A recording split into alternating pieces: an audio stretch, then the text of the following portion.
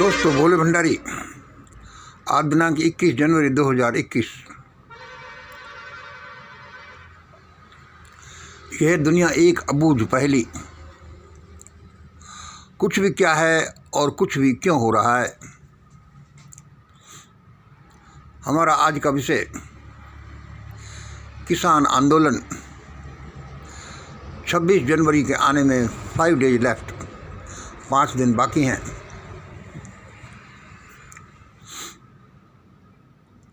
सुनिए, हम कहते रहते हैं ये देववाणी है, हमें जैसा बताया जाता है हम बोलते हैं। पहला नंबर देखिए, अब एक कल्याणकारी हाहाकार शुरू होगा। भारत में एक भयानक हाहाकार शुरू होगा जो बहुत कल्याणकारी भी होगा। आप कहेंगे कि भाई यह भयानक होगा तो फिर कल्याणकारी क्यों होगा। ऐसा ही होगा, ये समझने की बात है, हम इसको बताते रहते हैं।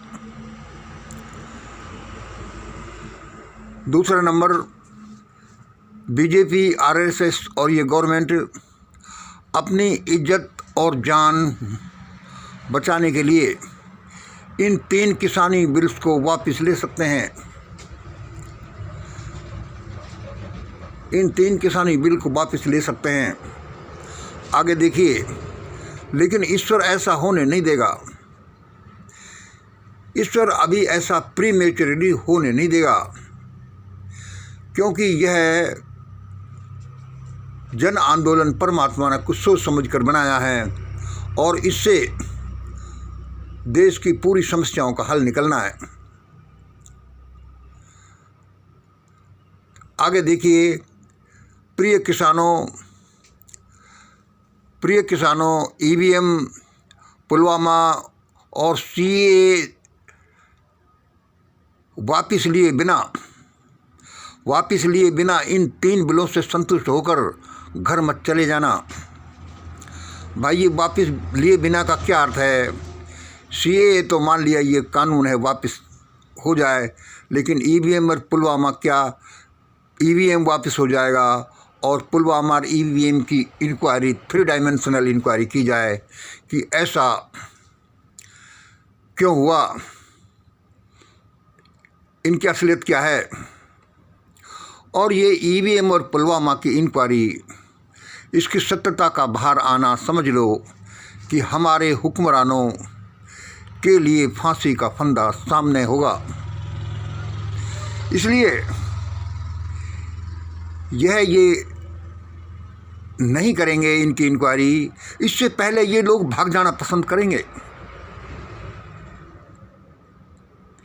ईवीएम और पुलवामा की इंक्वायरी कराने से पहले ये लोग भाग जाना पसंद करेंगे, क्योंकि सत्य का बाहर आना, इन प्रकरणों में सत्य का बाहर आना समझ लो कि इन लोगों के गले में फांसी का फंदा डलना।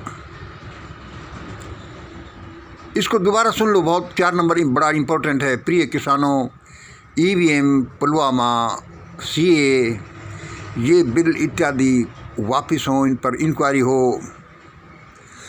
इनको वापस लिए बिना इन 3 बिलों से, 3 किसानी बिलों से को वापस लेकर के इनसे संतुष्ट मत हो जाना और घर मत चले जाना। मतलब ऐसा मत कर लेना कि 3 किसानी बिल वापस हुए घर चले जाओ, जब तक कि ईवीएम, पुलवामा और सीए का कोई हल नहीं निकल जाता आगे, वरना ईश्वर कोई दूसरा पासा फेंकेगा और जो इन 3 बिलों से भी ज़्यादा खतरनाक होगा और तुमसे अपना मन चाहा कराएगा। ऐसा ही करना परमात्मा की इच्छा है, क्योंकि ऐसा नहीं कि हमारा काम हुआ और हम चले, हमारा काम हुआ और हम चले। देश की समस्याओं का कारण ये है समाज के सभी ग्रुपों का अलग अलग भागों में बटा होना। अब आगे है, क्या 26 तारीख से पहले कोई बुरी घटना होगी। संभावना है कि 26 तारीख से पहले ये गवर्नमेंट कोई अटपटी घटना आंदोलन में करा सकती है, जिससे कि ध्यान उधर जाए या किसानों में भगदड़ मच जाए और इन लोगों को कुछ करने का मौका मिले, इंटरनेट तो बंद हो ही जाएगी। इस गदर में देखना, जो हम इसको बता रहे हैं कि ये बड़ा कल्याणकारी हाहाकार है, इस गदर में देखना मानवता के दुश्मन जलकर राख हो जाएंगे। उनकी आसुरी वृत्ति जलकर राख हो जाएंगे। हम तो नहीं चाहे कि कोई आदमी जलकर राख हो, लेकिन जो असुरता है वो जलकर राख हो जाएगी। कुछ भी हो, यह शुरू होने वाला गदर हमारी सारी भविष्यवाणियों को सिद्ध कर देगा। हम सालों से जो बोलते आए, संभावना व्यक्त करते आए, वे ज़्यादातर सही सिद्ध होंगी। कोई हम ज्योतिषी नहीं है, भविष्यवाणी करने वाले नहीं है। यह तो हमारा मिशन ग्रेट इंडिया एक आंदोलन है, एक मिशन है। इसके लिए हम काम करते रहते हैं। और देखो, हमने जो ये श्री यंत्र के आधार पर, ग्रेट इंडिया फार्मूले के आधार पर जो बोला है, ऐसा ही भारत में अब होगा। और दोस्तों, ये देखना कि आज जो भारत में जो घटनाक्रम चल